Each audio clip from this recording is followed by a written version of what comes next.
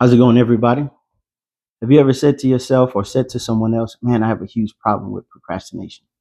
Well, I'm going to share with you today that is not actually a true statement. And we'll get into why that isn't in just a moment.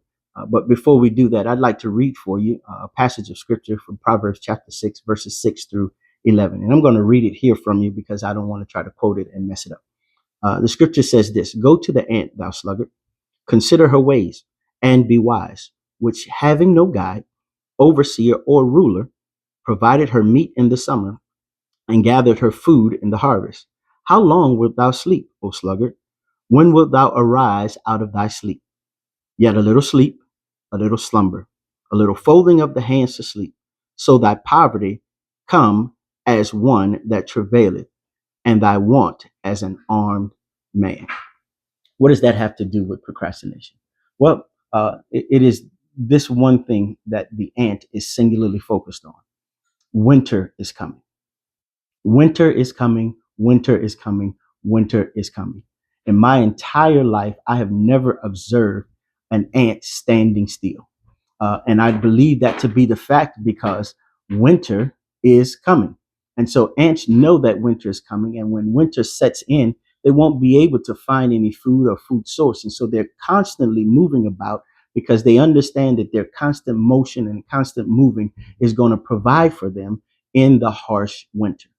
Now, what does that have to do with us and procrastination? Well, ultimately, procrastination isn't really our problem to begin with. Many of you may be surprised to hear that statement. You, nor I, nor anyone for that matter, has a problem with procrastination. Procrastination is actually the symptom to a larger problem. The symptom to that larger problem is anxiety.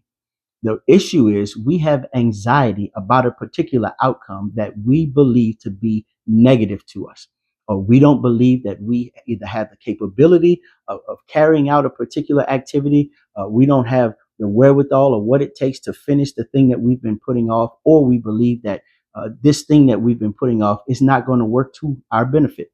And so what we do is we quote unquote procrastinate. And so at the end of the day, if you believed that thing was going to benefit you somehow, if you believe that completing that task or doing that assignment, reading that book or whatever it is you've been putting off, if you believe that it was going to get you $1,000,000 at the completion of that task, you would do it immediately.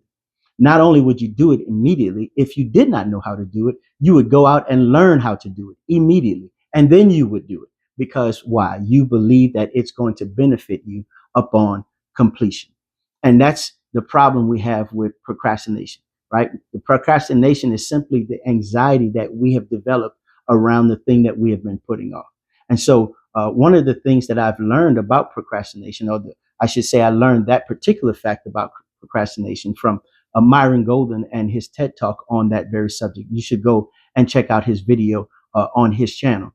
And so what I've gleaned from that video is that the way in which we address procrastination is through the 3 F's. And these 3 F's I call facts, framing, and faith. Facts, framing, and faith. Myron Golden says actually in that TED Talk, when your belief is right, when your attitude is right, then the facts don't matter, right? Consider again that ant. That ant could care less about the facts. All that ant knows is that winter is coming.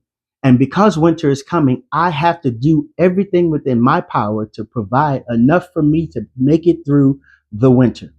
And so the facts don't matter when your attitude is right. When your attitude around the thing that you have to do is correct, then it does not matter. It doesn't matter that it's hard. It doesn't matter that you necessarily don't know how to do it. All that matters is the benefit that awaits on the other side. And so the ant could care less that it is hot. The ant could care less that you are standing in the way. You ever put your hand or obstacle in front of an ant? An ant doesn't stop moving. It simply looks for another way around. When your attitude is right, the facts do not matter. And so how do we fix our attitude around the facts? Well, another thing that Myron Golden suggests in his TED Talk is that we put the appropriate framing around facts. And so what does framing do? framing, just like a picture, like this picture over my shoulder of my wife and I, right? There is a frame around it, but the frame is there to cause you to focus on the image that is inside. And so that's what a framing does for us. When we put the appropriate framing around the facts, well, then we can get the necessary motivation. And so for the ant, the framing is, as long as I'm finding food, constantly moving and finding food, then I'm going to have enough through the winter. That's the appropriate framing. And so the fact does not matter. It's raining, doesn't matter. It's hot, doesn't matter. Someone has put an obstacle in front of me, does not matter. When I put the appropriate framing around the facts, it does not matter. The final F is faith. And that faith is vitally important. Myron Golden said something in that TED Talk that really opened my eyes. One thing he said was that faith and doubt are both belief. And when you think about it, it is true. Faith and doubt are both belief. Many people think that doubt is the opposite of faith, but it is not. Doubt is not the opposite of faith. Faith and doubt are both belief. And so the issue is, faith is belief that an outcome is going to work to my benefit, and doubt is a belief that an outcome is not going to work to my benefit, or that it's going to work to my detriment. And so when we have the facts and put the appropriate framing around it, then we develop faith that it's going to work out for us. And so it is when we have these three F's working for our benefit that we overcome the symptom known as procrastination, and we can address the overarching issue of anxiety. And so I'm here to tell you that you don't have a procrastination problem. What you have is an anxiety problem. And one of the symptoms that is displayed that shows you that you have this anxiety problem is procrastination. You put things off.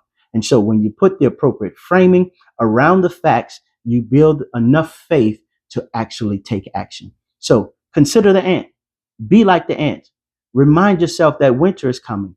And although I would love to put this thing off for a later date at a later time, if I don't get it done now, then I'm going to suffer greatly down the road. And so I just want to let you know that you have the ability to overcome this idea that you have a procrastination problem. You don't have a procrastination problem. What you have is an anxiety problem. Your anxiety has been built up because you have told yourself a story that this thing is not going to work out for me.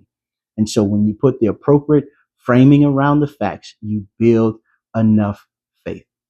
Finally, never forget, when your grass is green, there is no need to look on the other side. God bless.